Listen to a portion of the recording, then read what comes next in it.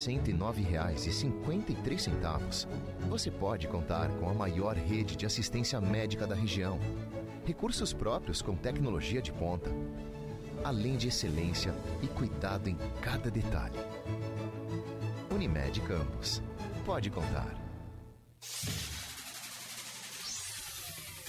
Começa agora o Folha no Ar, primeira edição.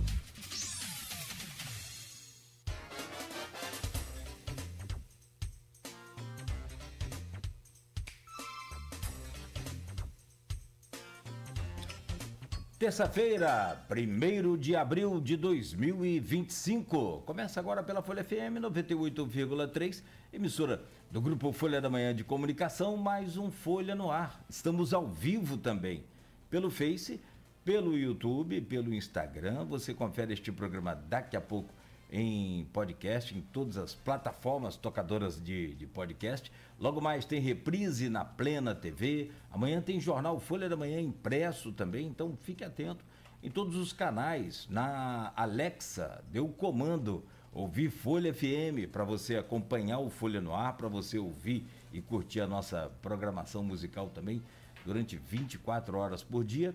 A Folha com você onde você estiver. São 7h04 em Campos. Muito bom dia. A gente começa este novo mês e este Folha no Ar de hoje com a previsão do tempo. Estamos no outono brasileiro e a temperatura segue de verão. Alguém desligar a tomada aí, gente, porque está previsto para hoje 33 graus com sensação térmica de 35 graus ainda. Todo início de outono, essa transição, né? Tem essa alteração climática assim, então segue aí com essa temperatura elevada para hoje. A probabilidade de chuva é pequena, mas existe aqui para a região. Predominância do sol, máxima de 33, mínima de 23 graus. Agora aqui no centro da cidade faz 26 graus. 7h05. Hoje, no Folha no Ar, com Aloysio Abreu Barbosa na bancada, temos o prazer de receber a Érica Barreto com a gente neste Folha no Ar. Ela é advogada e presidente do Conselho Municipal de Promoção e Igualdade Racial de Campos. Também com a gente o Cristiano Miller, advogado, ex-presidente da OAB Campos. E eles vêm para a gente seguir nessa pauta, nesse debate, nessa conversa, nesse entendimento técnico sobre dois casos bem delicados. Um, particularmente aqui para a região, mas que ganhou destaque nacional, que foi o ataque racista de um advogado contra uma juíza de Campos, que segue aí com seus... passo a passo, né? A corregedoria da seccional da OAB pediu a exclusão do advogado. Há hoje a suspensão preventiva das atividades dele também pedida. A Polícia Civil tem já instaurado um inquérito e a juíza Helenice Martins, vítima nesse caso, está movendo uma ação por injúria por conta de um e-mail ainda do ano passado, um e-mail do advogado para ela, falando, entre outras coisas, chamando ela de burocrata prevaricadora. Isso foi pelo dia 30 de outubro do ano passado. E agora, sobre o advogado José Francisco Barbosa Abud, ele acabou ingerindo veneno na semana passada, foi internado, ficou muito mal, estava no CTI, ontem saiu do CTI do Hospital Ferreira Machado e segue em tratamento e observação. Vamos conversar também sobre esse caso no segundo bloco, o que esperar do julgamento de Bolsonaro no STF, também com seus desdobramentos. Desde quarta-feira passada, pela primeira vez na história do Brasil, um ex-presidente da República e integrantes das Forças Armadas estão sendo julgados, viram réus por conta de uma tentativa de contra a democracia, destituir aí o poder, né, e uma violação, uma abolição violenta do Estado democrático de direito. Além de Bolsonaro, outros 7 integrantes que são considerados, nesse primeiro instante, esse chamado núcleo crucial, e a gente também vai entender tecnicamente essa questão, o que está sendo muito discutido. E como toda polarização que se preza, um lado já julgou, os dois lados já julgaram, né? Um condenou e o outro já absolveu o Bolsonaro e também todos os 7 integrantes, que na verdade são 33. Nessa primeira fase foram 7. Os outros serão julgados ainda também pela primeira turma, se acolhe ou não a denúncia da PGR, Procuradoria-Geral da República, sobre esses crimes cometidos. Bom, Érica, Cristiano, Aloysio, vamos passar rapidamente aqui, você que está nos acompanhando também, vamos passar rapidamente pelo portal folha1.com.br e a gente já abrir essa pauta então com vocês. 7h08 em Campos, no portal folha1.com.br, em destaque agora, para abrir aqui o programa, outro caso também muito complicado, que chamou a atenção, né, comoveu aí toda a nossa cidade, a população aí com relação àquele bebê que foi deixado na porta de um supermercado. A internet, com seu tribunal imediato, que velocidade, né? Já julgou, já condenou a mãe, olha, é uma loucura. E ontem também teve outro desdobramento, que é o acompanhamento que nós estamos fazendo com relação à situação do bebê. Recém-nascido encontrado dentro de sacola, não recebe alta e continua internado no Hospital Plantadores de Cana. Eu conversei até com a responsável, né, do Conselho Tutelar, e a Poliana de Souza, e ela explicava que ele teria apresentado uma infecção urinária pelo exame de sangue, tem umas alterações. Então, o bebê com aproximadamente 15 dias de vida segue internado. Advogado que proferiu ofensas racistas contra a juíza sai do CTI, segue internado no Feira Machado. Ressaca atinge estrada entre Farol e Barra do Furado. Subjackson voltará a assumir cargo de vereador, agora em definitivo. Homem é preso em Campos durante ação para coibir crime organizado. Segundo a polícia, 7 armas e algumas munições foram apreendidas. Assembleia no Americano destitui Tolentino Reis da presidência do clube. Mulher fica ferida ao ser atacada por cachorro em Campos.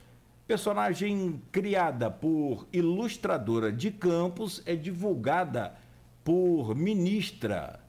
Está aqui no portal folha1.com.br. Campos fecha fevereiro com saldo positivo na geração de empregos. 2 acidentes com capotamento são registrados em Campos. Inscrições abertas até o dia 27 de abril. Atenção que já começou o mês de abril, hein? Para o primeiro Festival Goitacá de Cinema. O evento será realizado entre os dias 19 e 24 de agosto, com apoio do Grupo Folha de Comunicação. 2 acidentes, está aqui registrado, já falei, e semana inicia com 359 vagas de emprego disponíveis em Campos. Está aqui no portal folha1.com.br, são 359 novos empregos disponíveis. Deixa eu começar a cumprimentar aqui os nossos advogados, os nossos convidados, que são advogados. Quem dera eu ter 2 advogados desse naipe aí, eu tava tranquilão.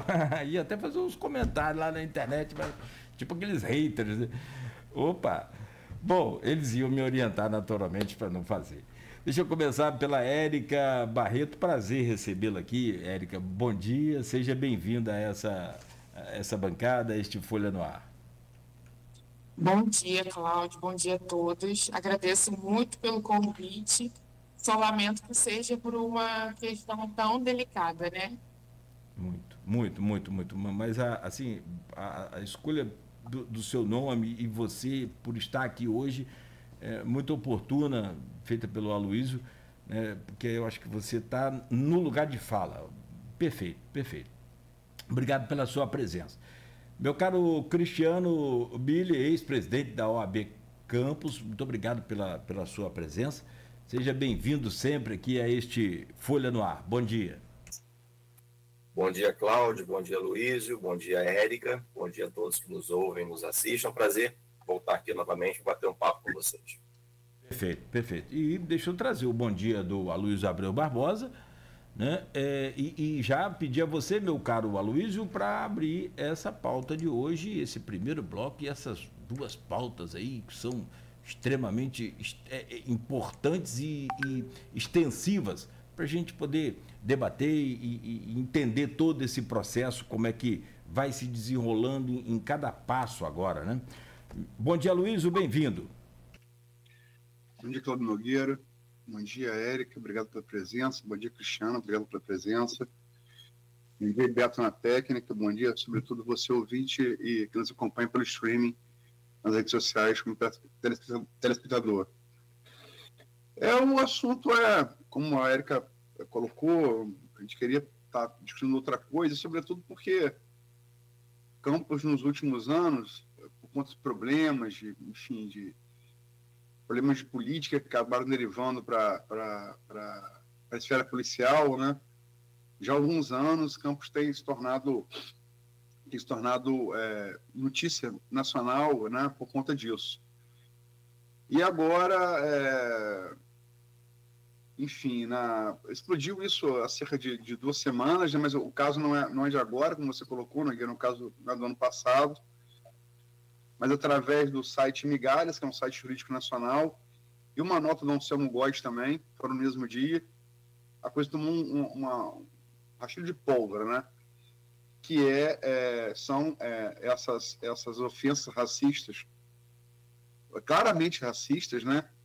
Praticamente o caso não está julgado ainda, mas qualquer pessoa com mínimo de bom senso vai ver, basta ler a petição, né?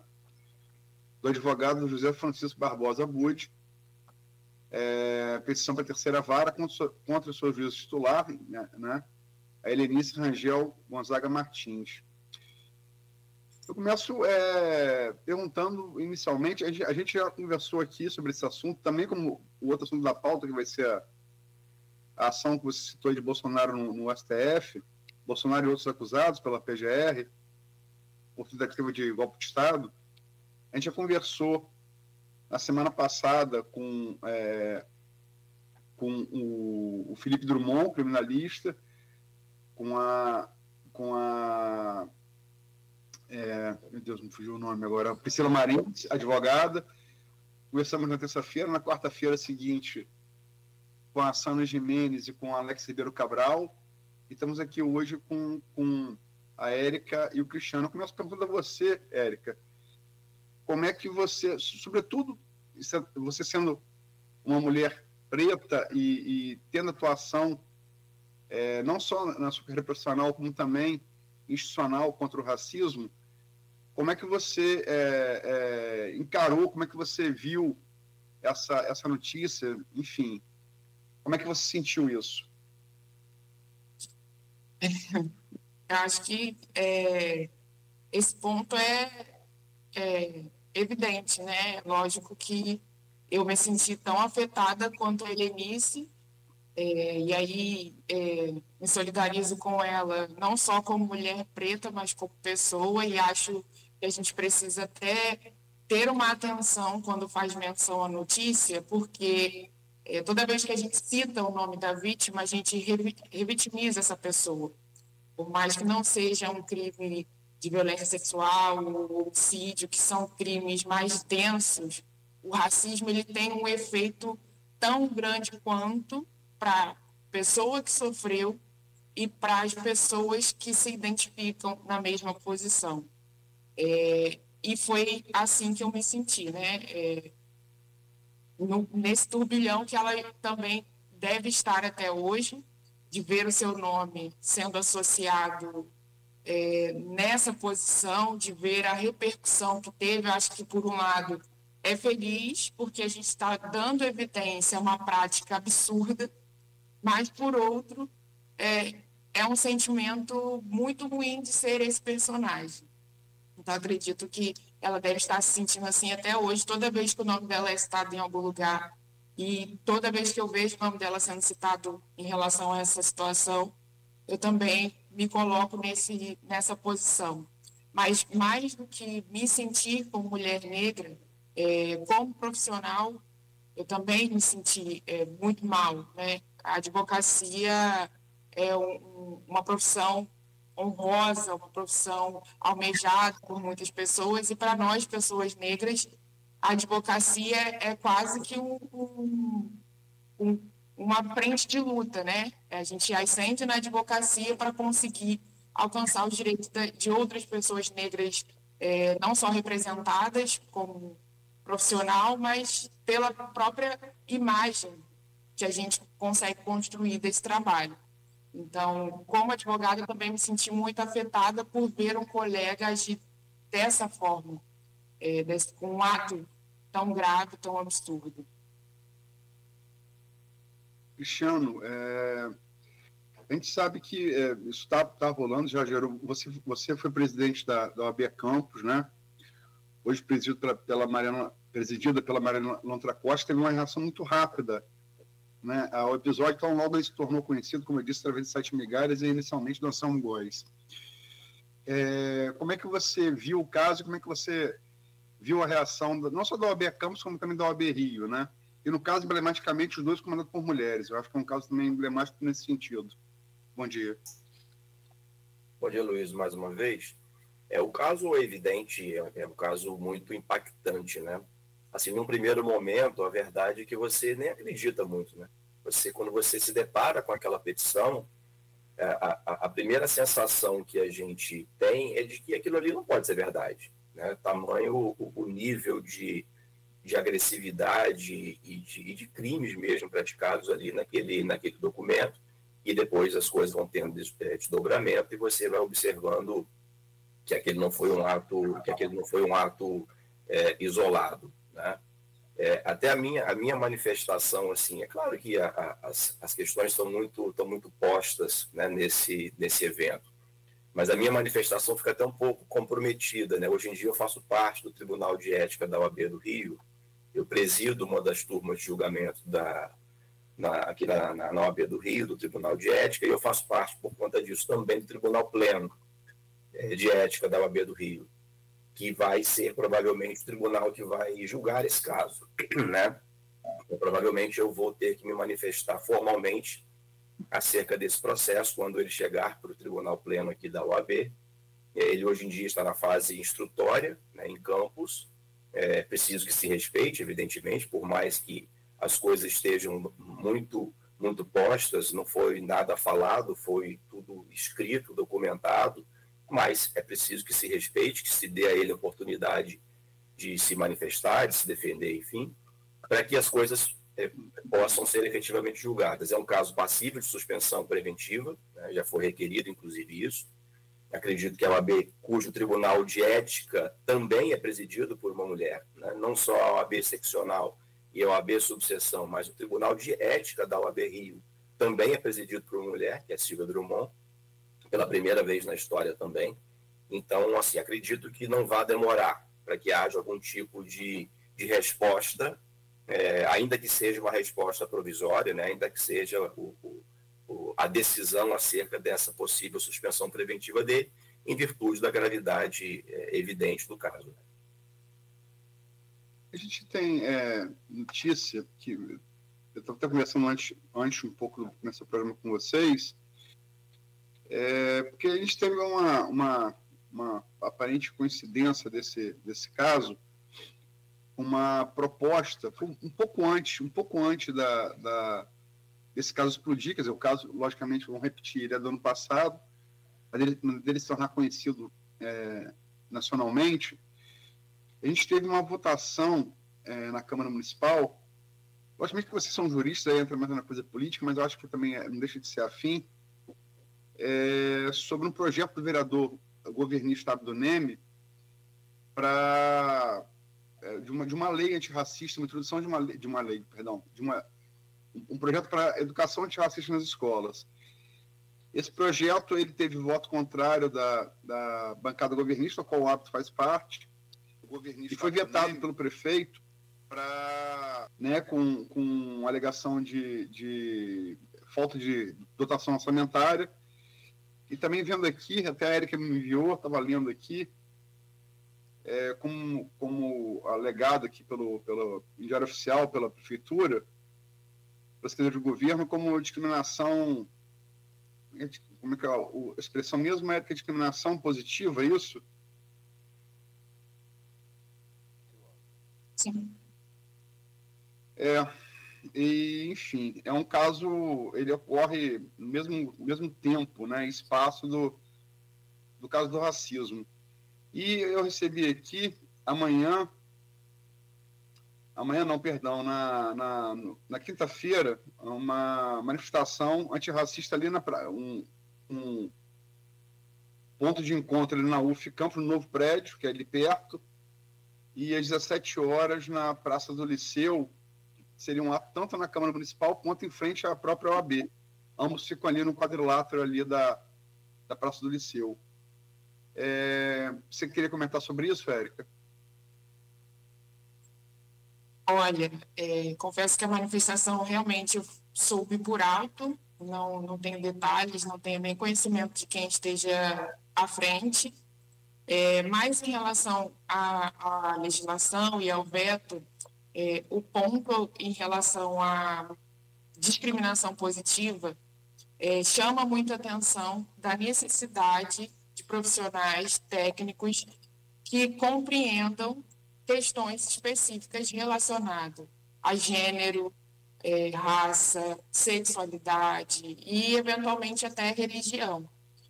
E teria a possibilidade de esclarecer que a Constituição, embora estabeleça a isonomia, a igualdade para todos, ela também permite que essa discriminação positiva ocorra para conseguir equiparar as relações sociais. Tanto é que nós temos política de cotas, reserva de vagas para pessoas negras, transexuais, indígenas, no serviço público, nas universidades. Isso é um exemplo de discriminação positiva e o objetivo dela é equiparar as relações sociais, considerando os conceitos, algumas questões históricas e estruturais da sociedade. Isso não é errado, mas falta um olhar técnico, falta talvez um profissional que esteja pesquisando e debruçado sobre essas questões para esclarecer num momento como esse que isso não é justificativa. Na verdade, é até contrário, né, à necessidade da sociedade. E aí eu sinalizo isso por presidir o Conselho Municipal de Promoção da Igualdade Racial, representando a Subsecretaria de Igualdade Racial e Direitos Humanos, ou seja, eu estou na gestão, a gente está lá desenvolvendo um trabalho, né, de conhecimento, de formação, e o Conselho ele tem justamente essa função, de esclarecer pontos, de apreciar leis que toquem sobre a questão racial. Então, a técnica que não foi aplicada aqui, o Conselho está composto para esclarecer e para auxiliar quando necessário. Está acreditado no anúncio do Instagram, frente antirracista, né? A manifestação. Frente campista antirracista. Cristiano, você sabia desse caso da Câmara? Como é que você vê essa reação aí? Na verdade, eu não sabia, mas quando a gente estava conversando antes de entrar no ar, e a Érica colocou essa segunda, entre aspas, justificativa para o veto, eu confesso que eu me espantei naquele primeiro momento, né, exatamente por tudo que ela acabou de dizer. Né? Ou seja, a discriminação positiva é exatamente o contrário do que está sendo utilizado como justificativa para o veto. Né? Ela é um instrumento que pode e deve ser utilizado muitas vezes exatamente para que você alcance a igualdade. Né? E aí eu endosso as palavras da Érica no sentido de carência de pessoas com efetivo conhecimento da matéria para que se manifestem sobre esses temas, né? Não dá para você achar sobre alguma coisa sem que você tenha profundo conhecimento sobre ela, ainda mais num papel tão relevante, né, de decidir ou não se essa legislação vai ou não ser implementada. Ou seja, não faz nenhum sentido que seja dessa forma, né? Aliás, infelizmente, Campos não tem andado bem nessas questões, né? As questões de, principalmente, legislações voltadas a essa educação, a esse ensino, com essas políticas. O que tem se tentado ultimamente não tem sido nada favorável, né, a uma boa educação, a que as coisas efetivamente melhorem, com uma visão bastante, não apenas ultrapassada, mas verdadeiramente equivocada sobre vários temas, o que certamente prejudica o ensino das nossas crianças e adolescentes. Bom, deixa eu continuar com você, meu caro Cristiano, e aí depois vou para a Érica. E claro que eu não vou pedir nenhum julgamento, mas eu quero só usar a sua experiência como presidente da OAB, que a gente está acompanhando o caso, está se informando e vendo que assim, os órgãos já começaram a tomar as devidas providências. E o que esse caso, por exemplo, de exclusão do advogado e essa coisa, o que nesse caso, o fato do advogado ter passado por esse episódio do envenenamento, né? Ele tomou o veneno. O que isso implica na apuração, por exemplo, da OAB, que já pediu a exclusão dele? Parece que ele já tem, inclusive, os trabalhos temporariamente suspensos. O que isso implica nesse processo de investigação, de apuração do fato? Num primeiro momento, esse episódio dele não vai interferir em absolutamente nada, né? Ele já havia sido notificado antes para que se manifestasse sobre os fatos, né?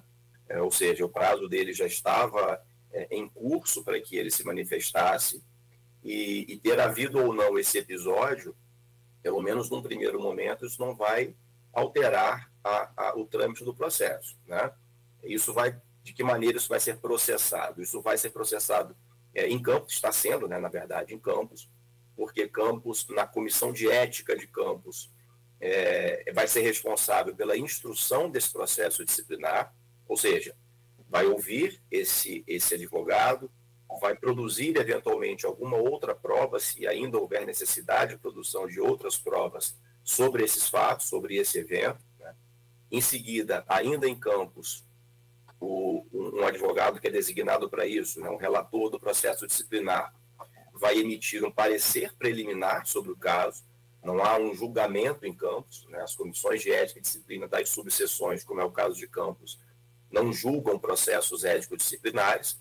E uma vez encerrado essa fase instrutória em Campos, com a emissão desse parecer preliminar, o processo é remetido para o Rio, aí sim, para o Tribunal de Ética da OAB Rio julgar o processo, né? Então, por hora, pelo menos, a não ser que haja alguma alegação de que esse episódio do envenenamento dele, enfim, da tentativa do fato de ele estar hospitalizado, se de alguma maneira for alegado que isso comprometeu, né, a defesa dele do processo, o que, repito, num primeiro momento, não vejo isso como óbice para que ele se defenda, mas se eventualmente acontecer, pode interferir, mas por enquanto nada sinaliza que o processo vai ter o seu andamento interferido por conta desse evento, não.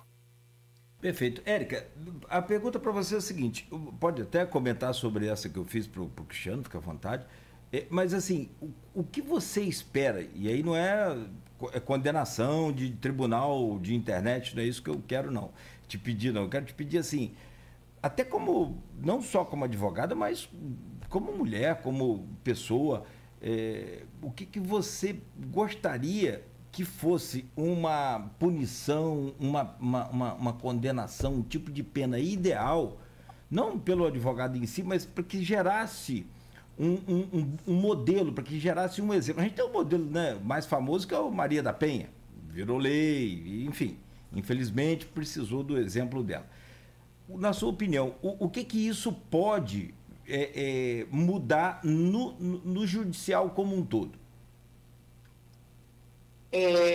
Acho que, respondendo a primeira pergunta, que não foi para mim, mas acho que é importante a gente sinalizar, assim, sem querer desrespeitar a situação dele, e aí quem tem que avaliar são os médicos, mas é muito comum na prática do crime de racismo a pessoa que pratica se defender com problemas mentais, com instabilidade emocional, e talvez buscar um caminho de uma inimputabilidade. Isso é comum, não estou dizendo que ele foi por essa via ou praticou isso com essa intenção. Talvez, de fato, ele precise ser avaliado psiquiatricamente, mas é uma coisa muito comum, até pela gravidade do que foi feito. Acho que a primeira coisa que a gente pensa é se a pessoa não está nas suas condições mentais, porque nenhuma pessoa sana faria o que ele fez. Mas é possível, é justamente o que a prática do racismo caracteriza. E aí eu acho que não me cabe responder o que eu espero, me cabe responder o que a sociedade, o que a população negra espera, que é uma punição adequada, uma punição como a legislação de crimes raciais prevê, se for uma tipificação na injúria, que é o que eu não visualizo, seria, no caso, uma prática de racismo mesmo, que é o artigo 20 da Lei 7.716, pela característica do que ele usou, né, de elementos ali para poder ofender. Não seria só uma ofensa subjetiva, porque a injúria ela está nesse contexto de ofender a honra subjetiva. Os elementos caracterizam uma aversão coletiva, né? Então, uma discriminação coletiva, ele trataria ela assim como me trataria, como trataria qualquer outra pessoa negra. Então, é a prática do racismo. E aí, imagino que seja na injúria, porque tem uma pena maior e tem um pouco mais de adesão no judiciário à injúria racial, que é o artigo 2A da Lei 7.716, tem uma pena de 2 a 5 anos, considerada aí primariedade e outros requisitos, ele ficaria em torno aí de 2 anos e alguma coisa. Daria uma prisão se passasse um pouco mais, mas não passando, converteria para uma prestação de serviço, mas o mais importante seria uma condenação, né? Uma folha de antecedentes ali escrita que a pessoa respondeu pela prática desse crime, e que foi uma luta muito grande do movimento negro tirar a injúria da qualificação lá do artigo 140, parágrafo 3º do Código Penal, e trazer para essa legislação com uma responsabilidade maior, com uma pena maior, com o objetivo de ver, de fato, alguém condenado, né? Que aí tem uma repercussão maior na vida da pessoa para que ela consiga compreender os atos praticados. Então, acho que como sociedade e como população negra, a gente espera que essa legislação seja efetivada nesse caso, já que causou tamanha repercussão, que causou tamanho espanto até no judiciário, que geralmente aplica medidas muito ínfimas ou não considera a prática do racismo com com as suas nuances, o judiciário consiga, né, reconhecer agora que é um crime muito grave, que é um crime muito sério, que não existe desculpa que apague o que foi feito, e aplique a responsabilidade a ele e aos outros que vierem a cometer o mesmo crime. Gente, vamos lá. O procedimento legal, falou disso um pouco também antes de começar o programa. Como agir agora em relação agir formalmente, juridicamente, na forma jurídica, em relação aos ataques do advogado contra a juíza. Porque, primeiro momento, no final de semana retrasado, no domingo eu tive a notícia de que inicialmente a Maerj teria entrado por injúria, porque são duas coisas, a petição, que são as ofensas mais pesadas, né, e de tom claramente racial contra a juíza, e cerca de 20 e-mails que, no decorrer dessa ação dele, é uma ação de testamento, ali na terceira vara, a mãe dele é parte interessada, né?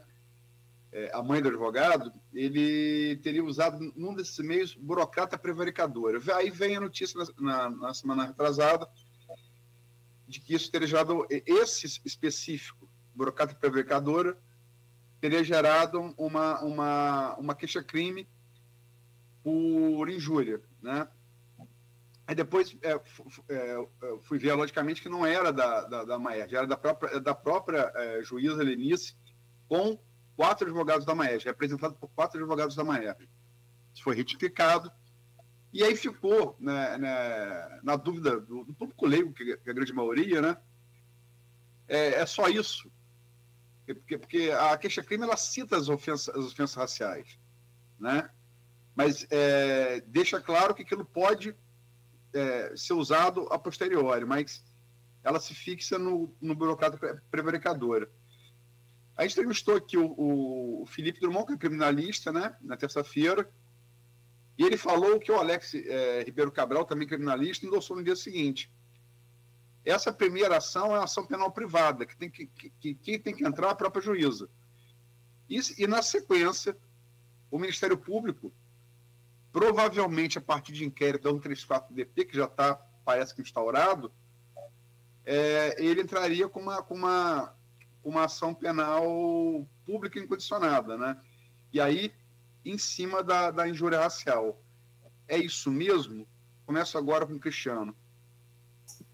É exatamente isso, né? O que me parece que houve no caso aí, até por conta dessa necessidade de se fazer uma apuração prévia para que o Ministério Público faça a denúncia em relação ao racismo, e para que pudesse ser dada uma resposta mais rápida, não a título de julgamento, mas pelo menos que alguma providência fosse adotada por parte da magistrada, optou-se por esse caminho primeiro da queixa-crime, envolvendo algo relacionado a uma ação penal privada, que foi o caso da injúria, embora os fatos não sejam exatamente de agora, mas foram no final do ano passado, segundo semestre do ano passado. O que me parece, aí apenas uma opinião, é que foi nesse sentido: olha, já que aconteceu esse fato, teve toda essa repercussão, e para que haja alguma posição por parte, porque, veja, ainda que seja algo pessoal dessa magistrada, né, me parece que envolve aí algo mais institucional, né? Então, é claro, a ação penal privada foi movida por ela, né, uma queixa-crime iniciada pela magistrada, mas numa postura até de defesa institucional. Então, por conta disso, foi dado início a esse processo criminal, mas que não esgota, evidentemente, a apreciação da matéria, porque ainda virá, me parece que ainda não foi movida, mas ainda virá, evidentemente, a ação penal por parte do Ministério Público, essa sim, né, envolvendo diretamente os fatos que tiveram toda essa repercussão a nível nacional. Você quer colocar alguma coisa desse procedimento aí técnico, Érica? É justamente o que o professor falou e é essa mudança, né? Antigamente, a injúria racial, ela era tratada no Código Penal, artigo 140, parágrafo 3º, que era a injúria qualificada pela raça. E aí era a representação ao Ministério Público, e o processo seguia. Com a modificação da legislação, que vai para a Lei 7.716, a injúria, como a pena é maior e é uma legislação autônoma, a ação passa a ser pública e incondicionada, onde o Ministério Público é o autor e a vítima, ela é só vítima mesmo, né? Participa só como vítima, podendo ter uma assistência. No caso, como está sendo nessa queixa-crime, a assistência da Maerj pode acontecer também no processo, na ação penal. Então, não impede. A gente entrevistou também aqui em juristas, entrevistou um antropólogo, o Carlos Abraão Valpasso, para saber até que ponto, porque isso, desde que começou, isso veio à tona, né? Repito, através do site Migalhas e do Samu Góes, depois todo mundo foi atrás, Isso é uma atitude isolada, individual, ou isso é fruto de uma cultura, né? Porque desde esse assunto ele permeou todas as rodas de conversa do Zeneiro a Boia Fria em Campos, né? Ele ficou um tempo dominando as rodas de conversa. E você tem essa história, esse alegado karma que Campos teria por ter tido uma população escrava negra africana muito grande, né? Basta olhar o canal Campos Macaé, por exemplo, que foi aberto por escravos, né? Ele foi aberto trabalho humano, escravos humanos, né? A gente olha para o canal Campos Macaé e imagina a dificuldade que seria de fazer uma obra dessa hoje, com a tecnologia de hoje. Você imagina isso aberto na força humana, né? Escravizada. E essa atitude do advogado, ela seria fruto de uma cultura. Eu sei que isso na área de vocês seria uma área, seria mais um antropólogo mesmo, como a gente ouviu, né? Que academicamente ele estuda a questão cultural, né, de uma forma mais ampla. Mas como é que vocês enxergam isso? Começa por você, Érica. Isso seria uma atitude individual de um advogado, de uma pessoa, ou é também fruto de uma cultura que existe em Campos? Existe no mundo, né? O racismo é uma cultura mundial e que possibilita as ações individuais. Na verdade, a cultura, a educação ou a política, ela favorece no momento que ela deixa de tratar questões como essa com a severidade que precisa ter. A educação deixa de tocar nesses assuntos nas salas de aula. A gente teve, na semana anterior a esse caso, um vídeo que circulou na rede social de uma irmã denunciando uma instituição que não agiu corretamente em relação à sua irmã menor que sofreu racismo. Então, a cultura, ela favorece as ações individuais. É um processo para que a pessoa não negra se sinta confortável, entendendo que ela não vai ser responsabilizada, entendendo que ela jamais vai ser punida pelo que ela fizer. Então, acho que quando ele agiu dessa forma, em nenhum momento ele achou que seria alcançado nessa proporção, né? E talvez, particularmente, ainda acho que ele ainda acredite que não vai ser responsabilizado, que de alguma forma vai haver um certo encobrimento, que é o que uma autora chamada Cida Bento chama de pacto narcisístico da branquitude, que esses mecanismos, né, de não consequência que facilitam as práticas raciais, as práticas contra o gênero, as práticas contra a sexualidade, enfim. Talvez ainda haja para ele a crença de que ele não vai ser responsabilizado e continue confortável para agir novamente dessa forma com outras pessoas. Antes de passar para o Cristiano, deixa eu só fazer a pergunta. Logicamente que o racismo é uma questão mundial, né? Isso, e também não é anterior ao processo de colonização na África. Escravo vem de eslavo.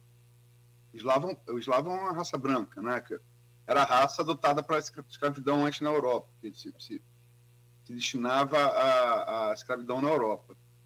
Mas, enfim, o que eu pergunto é se, na sua visão, se em Campos, a gente tem essa cultura escravocrata no processo histórico de Campos, se você acha, e até seu testemunho pessoal, mais como advogado, se em Campos isso é um pouco pior ou é a mesma coisa? É uma coisa que você colocou mesmo, mundial, o reflexo daqui, enfim, sem nenhuma especificidade?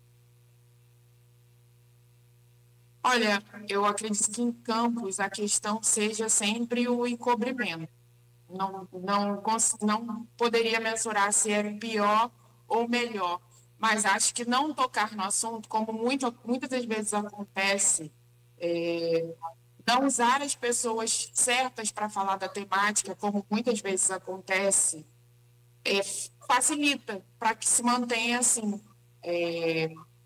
A gente começa sempre em situações como essa, né? E aí eu posso falar porque estive em outras situações de violência racial que repercutiram na cidade e auxiliei tanto vítima quanto instituições, e a gente começa sempre debatendo do início. A gente está sempre tendo que explicar o processo histórico para chegar à responsabilidade. A gente não avança na temática, porque a gente está sempre evitando falar da temática. Não fala na escola, não fala na política, não fala na religião, e tem um largo histórico de intolerância religiosa, de racismo religioso na cidade. Então, acho que a maior deficiência de Campos em relação a talvez outros estados ou outras cidades é o não falar, é o sempre deixar esse assunto para depois, ou achar que sabe porque conhece, porque ouviu falar, e não buscar profissionais que possam esclarecer ou tratar a questão de forma mais técnica, para que a gente avance na discussão, avance no entendimento e avance no tratamento. Cristiano, eu faço a pergunta a você. Na sua opinião, opinião acho que talvez mais pessoal, até porque não é a área de vocês, né? Mas na sua opinião, isso é mais uma coisa individual ou é mais fruto de uma cultura? E, logicamente que o racismo é uma questão mundial e tal, mas assim, específica de Campos, na sua opinião? Sim ou não? Não, eu não acho que seja específica de Campos, não, infelizmente, né? É claro que casos como esse, né, que tiveram uma repercussão maior, que se mostraram de maneira bastante clara, eles são mais raros de acontecerem na prática, pelo menos de se tomar conhecimento sobre isso. Mas, infelizmente, é geral, né? Não é uma coisa pontual de Campos. Campos tem todo esse histórico, todas essas questões, mas me parece que lamentavelmente, não é algo pontual de Campos, né? Apesar de toda essa mancha especificamente nesse caso. Mas não acho. Acho que é algo cultural bem maior, né? É mundial, como colocou a Érica, e, é claro, a gente tende a perceber aquelas questões que acontecem ao nosso redor, né? Então, a gente tende a achar que o que acontece perto da gente acontece com mais frequência e que, por conta disso, o Campos é pior do que os outros lugares. Não é melhor, né? Mas, infelizmente, é tão ruim quanto os outros lugares do que toca esse assunto. Pois é. O áudio. Desculpa. Um minuto. Desculpa, perdão. Não é fácil, não. Não é brincadeira, não. Eu vi rapidamente, só comentar, não vou comentar muito embasado, mas eu vi rapidamente que aconteceu, se não me falha aqui a memória, foi ontem no Rio, e a Luísa lembrou muito bem, uma das obras de Campos feita, e o canal Campos Macaé, mas são 1.470 quilômetros de canais artificiais em Campos. Eu não sei se todos foram feitos pelos escravos. A quantidade exata aí de quilômetros de canais, eu não sei, mas só esse de Campos Macaé, você imagina. A gente já cansa para ir a Macaé de carro, imagina ter que cavar isso até Macaé. Então, ontem foi feita uma homenagem, só se me perdoe se eu estou com a data errada, aos escravos que replantaram a floresta da Tijuca, não foi? Vocês chegaram a ver? Você chegou a ver, Luiz? Achei, sabe, fabuloso. E graças a esses escravos e a essa obra, esse replantio da floresta ali, o Rio tem menos 6 graus Celsius hoje na temperatura, você imagina? Não tinha dar quase 80 graus no Rio daqui a pouco. Então, assim, o débito que nós temos com essa população, eu não sei se seguramente a gente não vai conseguir pagar. São 7h51, me permitam rapidamente um intervalo. Na sequência a gente volta, vamos virar a chave, vamos falar o STF, saber o que vocês também vão poder contribuir tecnicamente com a gente, com a experiência de vocês, no que diz respeito aí ao que esperar do julgamento do STF no caso Bolsonaro. E mais 33 integrantes desse núcleo, considerado aí esses primeiros 7, né, o núcleo crucial, mas os outros também importantes, segundo a PGR, nesse processo de tentativa, né, um atentado contra a democracia. São 7h52. A gente volta a seguir no oferecimento de Proteus, Unimed Campos, Laboratório Plínio Bacelar, Vacina Plínio Bacelar, Rede Mariana de Postos de Combustíveis e Radmédia Diagnósticos por imagem. Nesse bloco agora tem uma boa dica da Nauta XP para você investir o seu dinheiro bem, com segurança. Cuidado aí, hein? 7h52.